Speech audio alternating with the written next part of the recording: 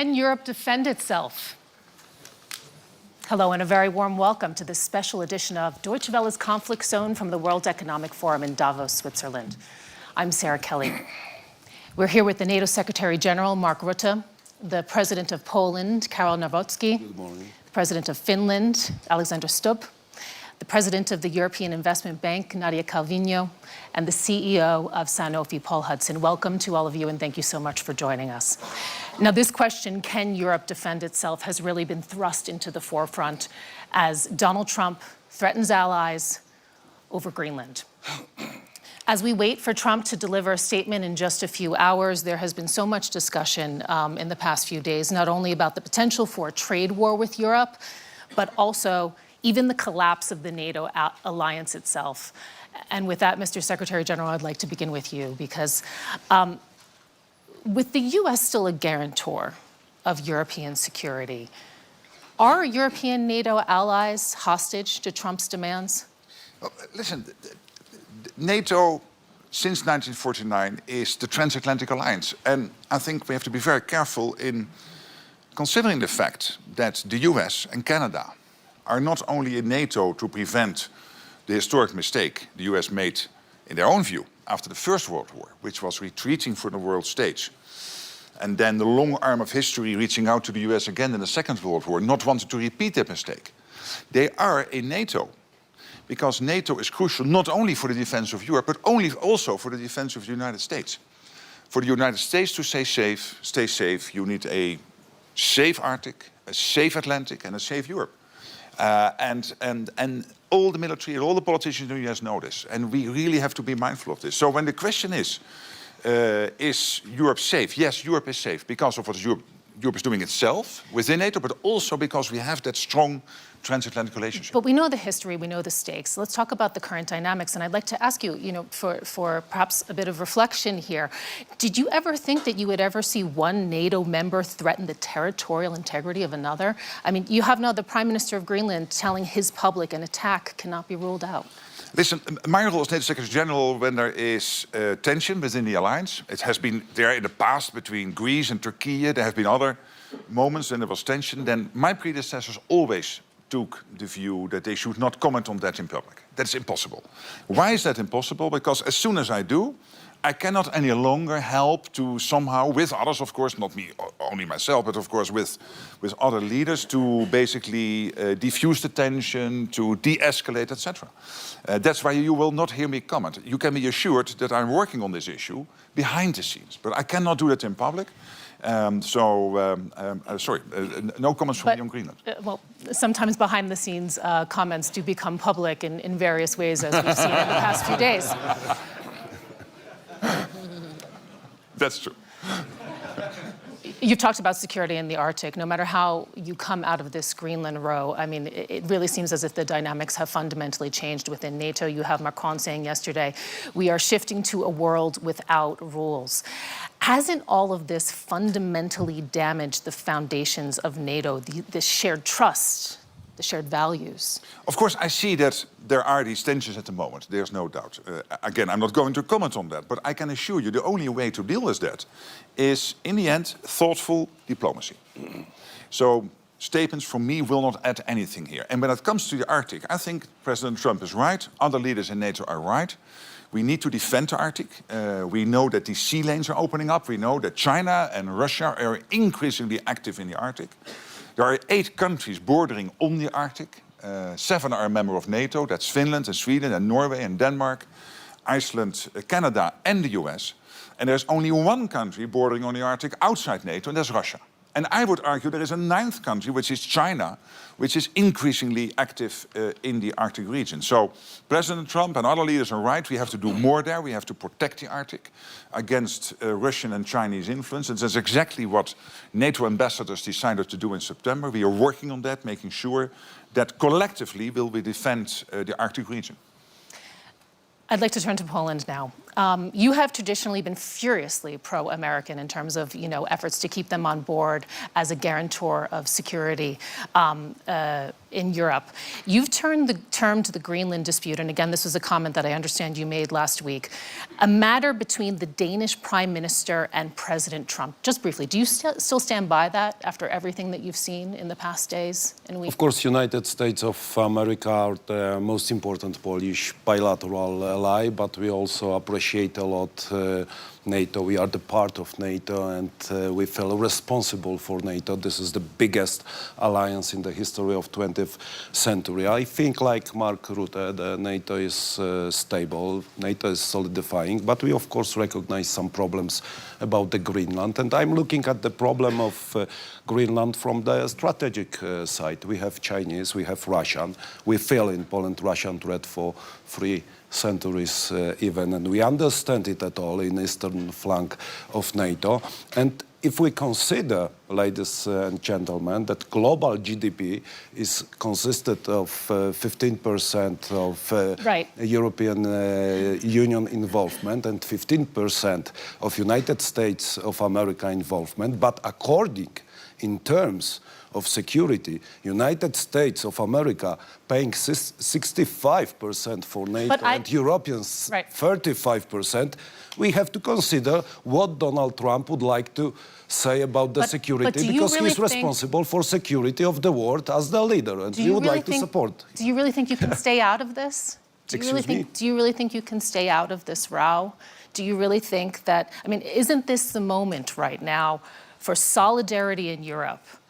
Isn't this key to a united and a strong response? There is the necessity of solidarity in Europe, but there is also the necessity of building the good transatlantic relations. And I think that transatlantic relations are very important. We know in Europe, me know, Alex, all my European friends knows how many mistakes had Europe done after and before 2022, and Donald Trump tried to convince our European partners that we have to solidify, and his voice is very important because of the financial, because of the strategic, geopolitical point of view. I, of course, hope that it will be solved thanks to all partners on the diplomatic way, and how far are you willing to go to have good transatlantic relations? Does that mean giving the Americans Greenland, selling the Americans Greenland? How far should European allies go if the Americans do move on Greenland? You know, we have 10,000 American soldiers in Poland. We buy American military equipment, which is the best on the world. South Korean is also very good, but American is... and Finnish tanks you buy. And Finnish tanks. A little bit of a commercial break here, yeah. We have the biggest army in East Central Europe. Poland increased the percent of GDP for military service almost to 5%. So we feel responsible for Poland. I believe in Polish soldiers, in our alliance, but United States of America, for all eastern flank of NATO, are very important ally. And those relations are also based on our history. This is the relation of values. We have common independence heroes in Poland and in United States of America. So I think that we should solve this problem on diplomatic way. Of course, I appreciate Denmark voice is natural. It's our partner, Denmark. But I'm looking at the Greenland as strategic point in the geopolitical issue between free world, democracy's world, independence, and with Russia. President Stubb, I'd like to turn to you now because you, along with the Secretary General, have been known as the Trump whisperers. You know, now you're on the list being targeted for sanctions. You recently joined the NATO alliance. Is it just in time for its dissolution? No, not at all. I think actually we're in the process of creating a stronger NATO than we have seen since the end of the Cold War. This is pretty much NATO 3.0. Remember that after the end of the Cold War, a lot of NATO countries actually dropped their guard in terms of defense expenditure and capabilities, whereas a country like Finland, which stayed outside, didn't do that. We still have conscription. And speaking of the Arctic, we have the biggest military force of Arctic capabilities in the alliance. We have 1 million individuals, men and women, who've had their military training in Arctic conditions. So I think we're strengthening actually the alliance as we speak. And remember that we've doubled the border of the alliance with NATO, with Finland joining and then with Sweden joining. So I think we're creating a new NATO where Europe takes more responsibility. So then take us to the diplomatic efforts and how you are trying to do that. Because we saw over the weekend, you along with your Norwegian counterpart sent this message to Trump calling for a de-escalation of tension. He responded quite quickly saying he's no longer purely thinking of peace. Who or what can diffuse the tensions Mark over Rutte. Greenland, if not you? Thank you, Alex. Anytime. You want to take this one, Mark? No, I mean, listen, we are now in a phase in the transatlantic relationship, and you'll know that I'm pro-European, pro-American, and therefore by default pro-transatlantic. We are in a relationship which is much more direct than it's ever actually been. I mean, the communication channels that we have directly with the president and with the administration are actually good and solid. And then, at times there are curveballs flying in different types of directions. We try to catch them and we try to solve them. You have two schools of thought here on Greenland. One is to de-escalate, and the other one is to escalate to de-escalate. And I think at the end of the day, we'll find an off-ramp on this. I'll make two final remarks. If someone would have told me in Washington, D.C., for the 75th anniversary of the alliance, that we're going to increase our defense expenditure next year to 5%, I would have said, you have no clue about international relations or seek help with a doctor. We did. And I think what we need as an off-ramp now is some kind of a process whereby we start working on a real problem, which is Arctic security. Unfortunately, as Mark said, we have 7 countries, Arctic countries, one of them with a huge military that can help to deal with this. So let's start working towards a process which leads us to a NATO summit in Ankara where we actually strengthen Arctic security within the alliance. So this is what we're working at. Okay. Nadia, I'd like to ask you about the money. This is a key point also to can Europe defend itself, which is the topic that we're discussing today. The EU is freeing up hundreds of billions of euros to ramp up defense spending. You're part of that. You have quickly ramped up your capacity to mobilize capital for defense investment. This is something that's new for your bank, we also have to mention. How much do you see your future being defense and defense-related projects? It's been a sea change in the last 2 years, and we were just discussing with Alex that in the past was also working at the European Investment Bank, how things have changed, in the last couple of years, in that we have extended the scope of projects we are financing, and we have reached this magical number of 5% of our financing inside the Union last year, in 2025. So that outperformed our targets. We were hoping to reach that level this year in 26, but we already did in 25. We have a very robust pipeline of flagship projects, a number of them in Poland, by the way. So that's European solidarity, actually supporting the defense of Poland on the eastern flank. And so my answer would undoubtedly be, yes, Europe can defend itself. Yeah. Paul, I'd like to turn to you also with that, because there's a role for the private sector as well here. NATO is treating medical preparedness as part of collective defense. You have many of your capabilities anchored in Europe. Does what you are hearing about European defense in the past days make you feel secure as a business person? And how do you see the private sector's role? The subjects that are being discussed are obviously extremely important, and I trust in the process and that people will get to the right conclusion. I think health is unrecognized as the severity of what could happen if health sovereignty, innovation sovereignty, protecting populations is deprioritized. I think NATO have made that point about making sure that people can get medicines they need in difficult times. I think in COVID, my own personal experience was that I was getting calls from heads of state, ministers of health saying, we need medicines, give them to us, don't give them to anybody else.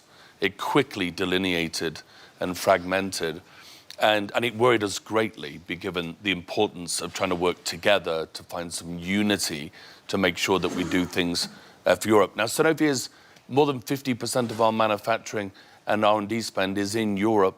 And so we believe that we're one of the few companies that has that resiliency to be able to provide. But there is a real moment for Europe. Perhaps it's not on the scale of this conversation and Greenland, but it is a real moment. Europe has long time been one of the great discoverers of medicines, the great providers. Pressure from Donald Trump on the price that is paid for medicines in Europe has put it into focus. And for the first time, China and the US publish more clinical papers, win more Nobel Prizes, discover more medicines than Europe. And Europe's slipping behind. And it's a moment. It is still in control. While I listen to this conversation, sometimes I worry that there's a lot to be managed, escalate to de-escalate. Europe, in particular, has health innovation and health sovereignty in the palm of its hand. And if it chooses to step forward, it can protect, it can innovate, and it can compete. This is a moment not to be squandered. I'd just like to add something and kind of reset us a little bit. We're talking about can Europe defend itself, and something that's really interesting is that we have not said the word Russia or Ukraine, I think, so far in this conversation. And it just goes to show you actually how the conversation has changed. But I'd like to really take it back to now defense capabilities, the spending that also we were talking about. Polish president, we know that you're already projecting to get to 5% of GDP this year.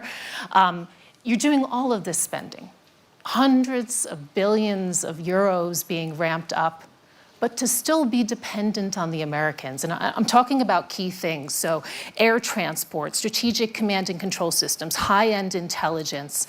Do you get the sense, especially after the events of the past days, that Europeans are really in a state of urgency to quickly ramp up the ability to handle a protracted conflict without the US? What is the plan B if diplomacy fails? I understand your question, but I would like to assure you that our Polish independence and sovereignty is very strong.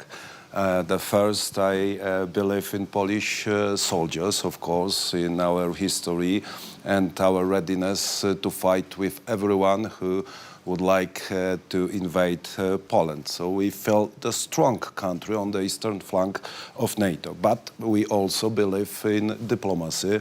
It's natural in NATO, our cooperation with NATO, with European Union. Diplomacy is, of course, the part of the security guarantees. But what we can do as the Republic of Poland, and our friends also doing this, I see the president of Latvia, Baltic states, we, of course, made the decisions to increase the budget for military service. And it was the great achievement of Europe. And what have happened? In Hague, Donald Trump pushed Europeans to increase the military service cost and GDP. Also, European Union need Donald Trump to be pushed by him to increase this budget. It's not a good way, and many countries inside Europe still haven't done this. So, you know, we have big problem about the feeling for our security and responsibility for secure European Union. I'm going to get to you in just a second, Mr. Secretary General, of course. But can I President Stubb, I'd like to ask you first. Do you see this sense of urgency for a plan B among your European partners? Is there the need for that? And who should lead the charge? Because, I mean, it's a bit unfair. We're sitting here on the panel with Finland and Poland. You know, you are really doing a lot when it comes to defense, especially Finland. You have this comprehensive approach to defense in your country. Are your partners, are they experiencing the urgency? Who needs to come up with the plan B and lead the charge? Well, I mean, two answers. First is a direct answer to the question of this panel, can Europe defend itself? My answer is unequivocally yes. Without the Americans? Without the Americans, I mean... How? Well, look, But you're relying on them for these key elements. How would you do it at scale and at duration and at intensity? with an assumption that the United States would cut off completely any kind Precisely, of work. yeah. Well, if we look at the defense composure of Europe by and large, and a country like Finland, so how do we do it? We have conscription. 1 million have done it. We can mobilize 280,000 soldiers within weeks. We have 62 F-18s. Your next question is going to be, do they fly without Americans? No, they don't. But do we trust that they will continue to fly because it's in the interest of America to do so? Yes. We just bought 64 F-35s. We have the biggest artillery in Europe together with Poland. We have long-range missiles, land, sea, and air. We don't have this because we're worried about Stockholm, right?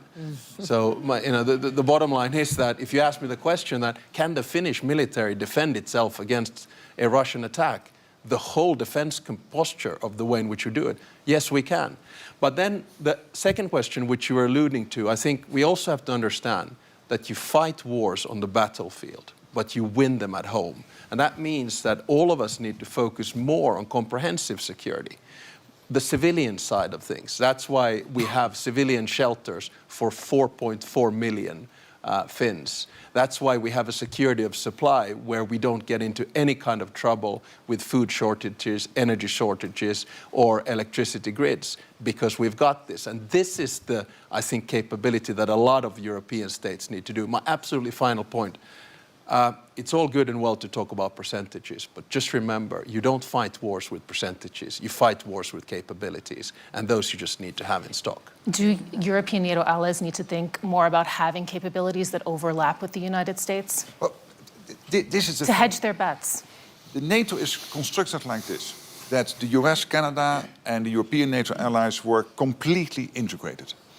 It doesn't mean that there is the US coming to the rescue of Europe or Europe coming to the rescue of the United States. We are working completely integrated. And for the protection of both the US and Europe, it's crucial that NATO is there. There was one big irritant on the American side with NATO. And the big irritant since Eisenhower was that they were spending, the US was spending, so much more than Europe was spending. Even today, the US is spending 3.5% of GDP on core defense. We are spending in Europe average 2% of defense. And here's my question to the audience. I mean, many of you, I know, criticize Donald Trump. But do you really think that without Donald Trump, 8 big economies in Europe, including Spain and Italy and Belgium, Canada, by the way, also outside Europe, would have come to 2% in 2025, when they were only on 1.5% at the beginning of the year? No way. Without Donald Trump, this would never have happened. They're all on 2% now. Do you really think that in the summit in The Hague, as already Alex was saying, sorry, the president of Finland was saying, that we would come to an overall defense spending of 5%, including 3.5% in core defense, if President Trump would not have been re-elected as president of the United States? No way. It would never have happened. So again, I'm not popular with you now because I'm defending Donald Trump, but I really believe we can be happy that he is there because he has forced us in Europe to step up, to face the consequences, that we have to take care more of our own defense. And this is the thing.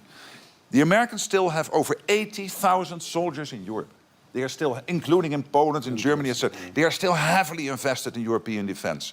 And yes, they have to pivot more towards Asia. So it is only logical for them to expect us in Europe to step up over time. And there is this plan already since Jens Stoltenberg, my predecessor, designed it, the NATO defense planning process, to over time make sure that Europe can take over more of these capabilities, of these core enablers from the US to do more of the protection of the European continent. We're still having a strong conventional US presence in Europe, also going forward.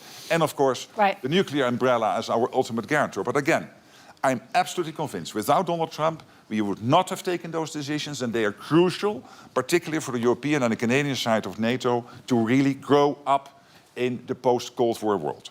Madam Kelly, you are not happy with this answer, I suppose, of Mark Rutte, that we need Donald Trump in the European Union, but we believe in our military service in Poland. I would like to add that Poland won with the Soviets and Bolsheviks.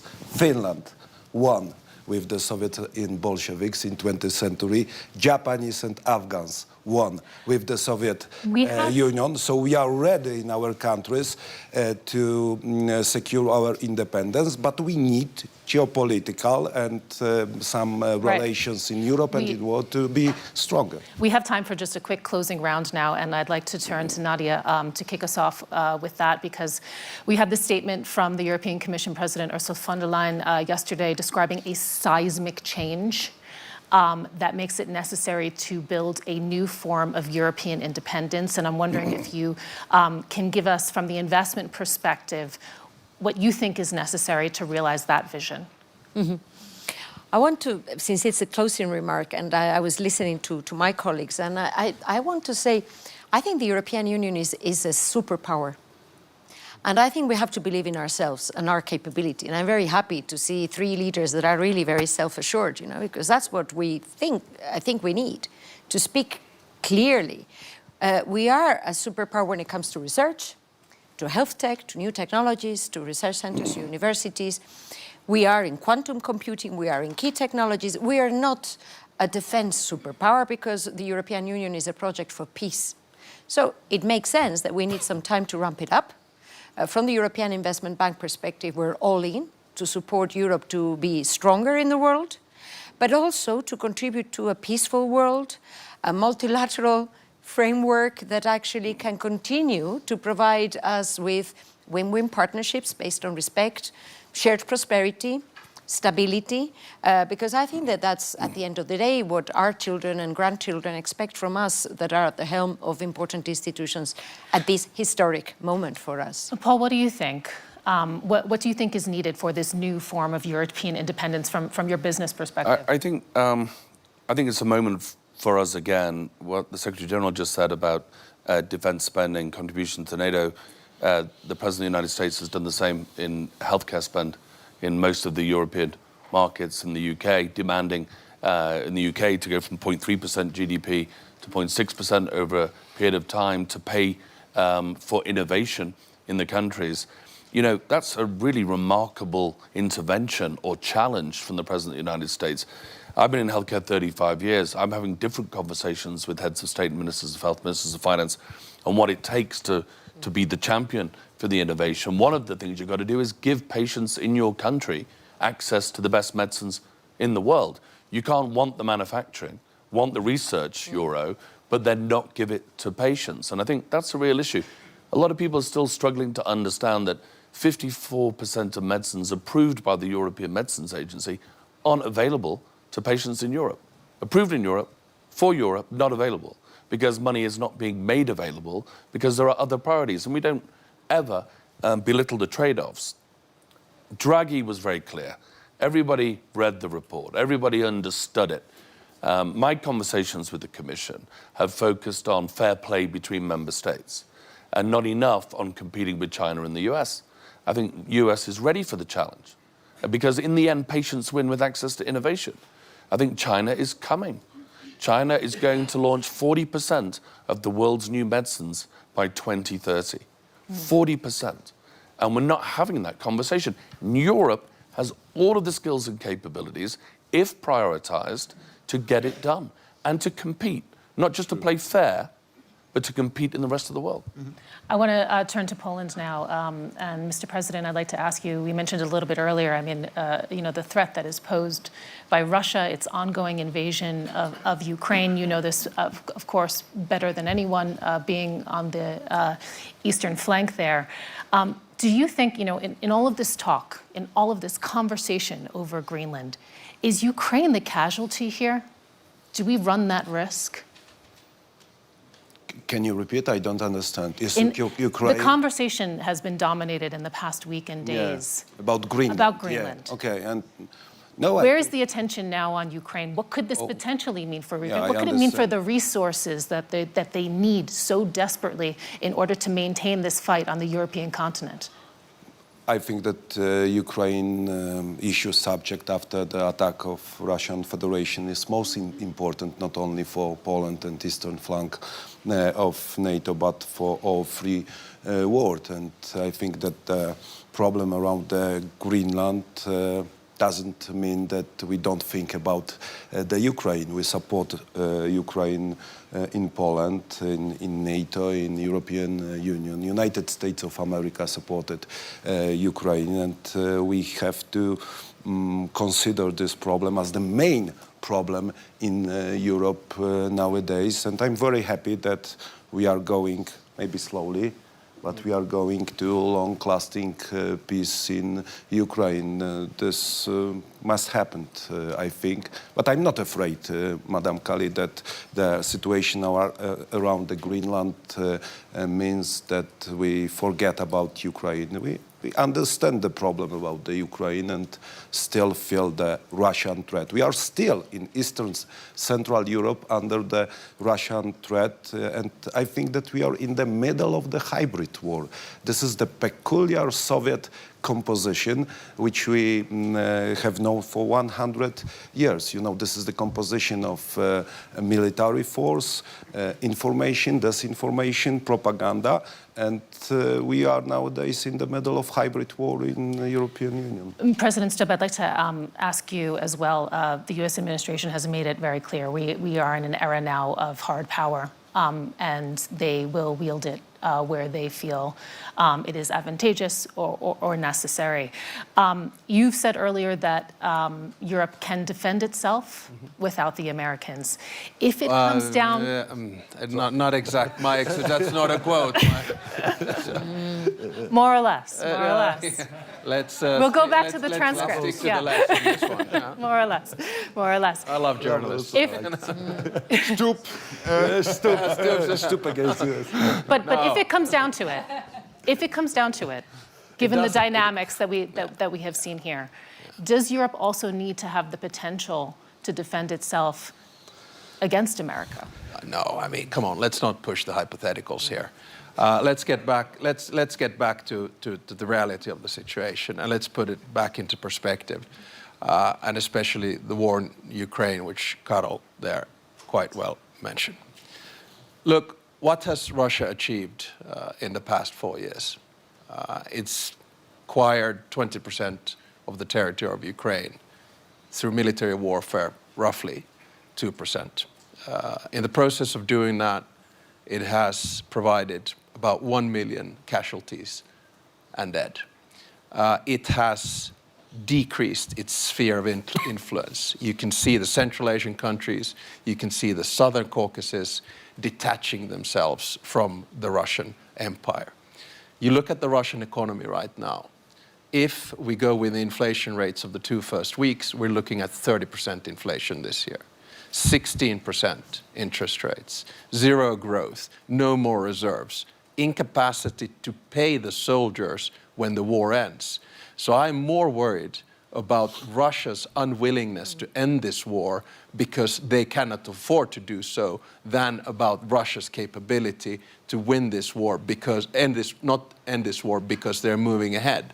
So let's keep things into perspective. NATO hasn't entered the scene yet, and they have not been able to advance in the past 4 years as much as expected. This war has been an utter strategic failure of President Putin. He increased the size of NATO. He made Ukraine European. He increased the defense budgets of European states. And here we are asking ourselves, shaking, are we able to defend ourselves? My answer is, yes, we are. Secretary General. Absolutely. Secretary General, I'd like to ask for your remarks also on that point. We've been talking about can Europe defend itself? The question is how, and how that evolves also over the next years. Do you ever see a day where European defense doesn't have NATO as the cornerstone? No, I don't. And let's not forget the EU is great. It is 23 countries in NATO of the 32 are also in the EU. But it is only 25% of NATO overall GDP. 75% of NATO GDP is outside the European Union. Let's not forget. That's a fact. The US is by far the most powerful nation on earth. And the President of the United States is therefore the leader of the free world. And you cannot envisage NATO without the leader of the free world being an integral part of that organization. And nobody wants it, not on the US side, not on the European side. He said last night in his presser that he was doubtful whether the Europeans would come to the rescue if Article 5 will be triggered. I tell him, yes, they will. And they did on the 11th of September 9/11 in 2001, when for the first and only time Article 5 was triggered. I have no doubt the US will come to the rescue here, we will come to the rescue of the US, and we need each other for our collective protection. You made a very good point. The risk here is that we focus, of course, on Greenland, because we have to make sure that that issue gets solved in an amicable way. But the main issue is not Greenland now. The main issue is Ukraine. And I agree with everything Alex Stubb was saying, but I'm also a little bit worried that we might drop the ball focusing so much on these other issues. Yeah. And as we speak, Russian missiles and Russian drones are attacking the energy infrastructure in Ukraine. We know that it is now minus 20 degrees in Kiev. We know that Ukraine can only take care of 60% of its own electricity. And yes, it is true, the Russians have lost in December 1,000 people dead. Not seriously wounded, dead a day. That's over 30,000 in the month of December. In the 1980s in Afghanistan, the Soviets lost 20,000 in 10 years. Now they lose 30,000 in 1 month. But they still continue the attack. They still increase the attack. And that means that if we Europeans here in NATO are thinking that because of the 90 billion the Commission has been able to bring together with the nations, or because the peace process is moving in the right direction, we can forget about the defense of Ukraine. Don't. They need our support now, tomorrow, and the day after. And yes, great if there is a peace deal. Everybody's working on that. The Americans, of course, are leading that process. Great that the 90 billion is there, but that will only be there in March, April, May, whenever.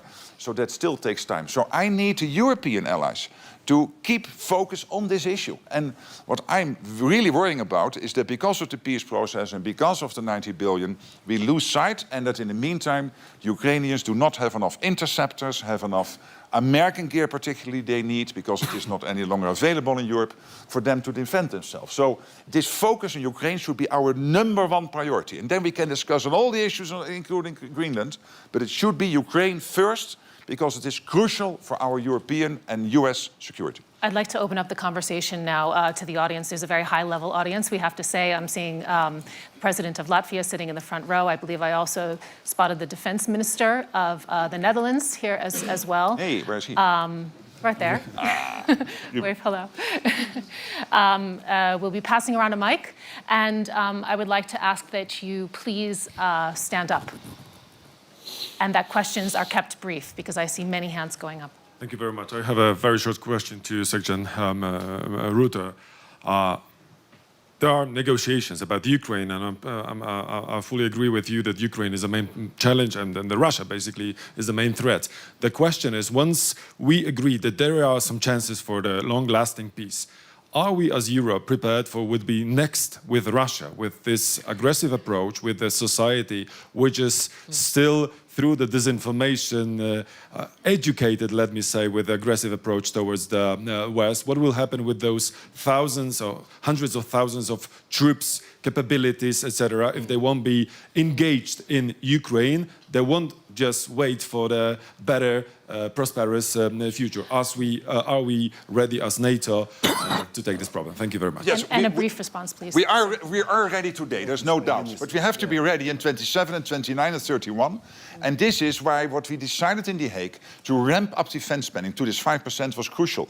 But we also have to ramp up the defense industrial production. And we're not doing it, not in the US, not in Europe. We are not nearly producing enough. The fact that Poland, which is the closest ally to the US you can find, is buying in South Korea is because they cannot buy enough in the US or in the European defense and buying in industrial Finland. In Finland, yeah, but also Finland. Yes, Alex, I love you, but you are not producing enough. Your defense industrial base has to ramp up, and you know it, so please spend time on that. And this is true for the whole of NATO territory. So it is not only money, it's also the defense industrial base, including preparing our other industries, including our car industries, etc., for a moment when there might be a situation where we need them. Russia is on a war economy footing. They spend 40% of the state budget on defense. 200 billion a year, with a spending power with the 200 billion because of the structure of their economy, which is much higher than we can do in Europe. So we really have to be watchful here. Yes, we can defend ourselves today, but we have to deliver on the The Hague commitments. Not because of Donald Trump. Yes, it equalizes with the US, that keeps them in, but particularly because we have to defend ourselves. Okay. I think in the next round, perhaps we take 2 questions, and then we'll have them answered. See many, yes. Sorry, my name is Andrea Malaguti. What do you think about the board of peace with Lukashenko and Putin for Gaza? Please, One more over here. NATO is 32 countries in the Northern Atlantic, and I'm not commenting on things outside North Atlantic area. Sorry, I have too much on my plate already. Thank you. Margaret, could you please comment on Marconi's speech yesterday here in Davos that was very honest? What is your reaction to it? I respect him a lot, and I'll see him later today. And I think he had a speech which was strong on Canadian values and what Canada can contribute to the world. At the same time, I would say this is very good, and Canada's back. When you look at NATO, they were spending 1.3, 1.4%. They got to the 2%. They have now a plan to reach the 5%. They're massively helping out with Ukraine now. So I could say since he became prime minister, NATO is really back in NATO, back in defending the Transatlantic Alliance, and I think that's great news. I think it was, question here can and I one answer question that? there. Sorry, can I answer? Sure. I think it was an excellent speech. It was a deep analysis of the change in the world order and the new balance that we're looking at. It was very realistic. It talked about values-based realism as a driver for Canadian foreign policy. All in all, I think one of the best speeches that we've heard here in Davos this week so far. Okay, we'll go first here. Yeah, thank you very much. Would you think that if the transfer of the sovereignty of Greenland can be achieved, would you think this might lead to the demise of the idea of so-called Western collective? And secondly, that if these things be transferred, would you think that the NATO 3.0, just like the President Stubb said, might be veering to something more look like the Warsaw Pact rather than original NATO? Of course, we have a Polish president. You can also correct me. Thank you very much. One question there. I'm Tamer from Saudi Arabia with a Greek mother and an Italian wife. It's very clear You must be a happy man. Europe can defend itself.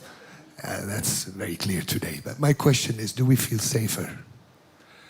I'm planning to half retire in Europe. Do I feel safer today with all this stock up of military? Yes. As you asked the question, when the war is over, what do you do with all these military? If you want to prevent war, prepare for war. The only way we can prevent the Russians or anyone who wants to do us harm, is to make sure that they know that the reaction we will have is devastating. Today, yes, it is.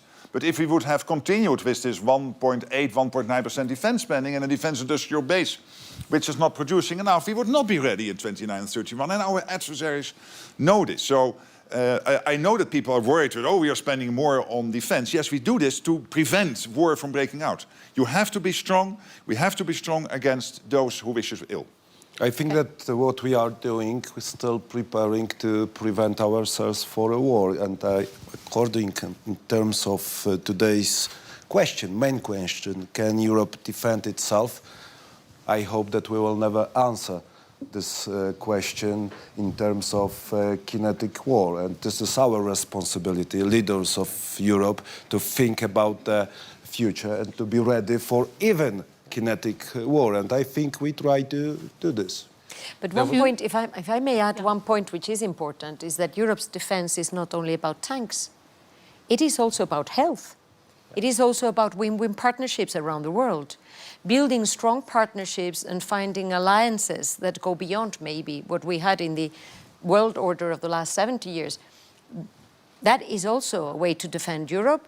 I want to also put a word for all the actions that are being taken, which go, I think, in the right direction for a stronger Europe. And it's not only about the 5%. It is very important, but it's not only that. Yeah, and can I answer the question from the gentleman there? I think we have we have to understand that the world order is changing, much like it did after 1918, 1945, and 1989. And it's now emerging. And I think we have two options, which obviously are not binary.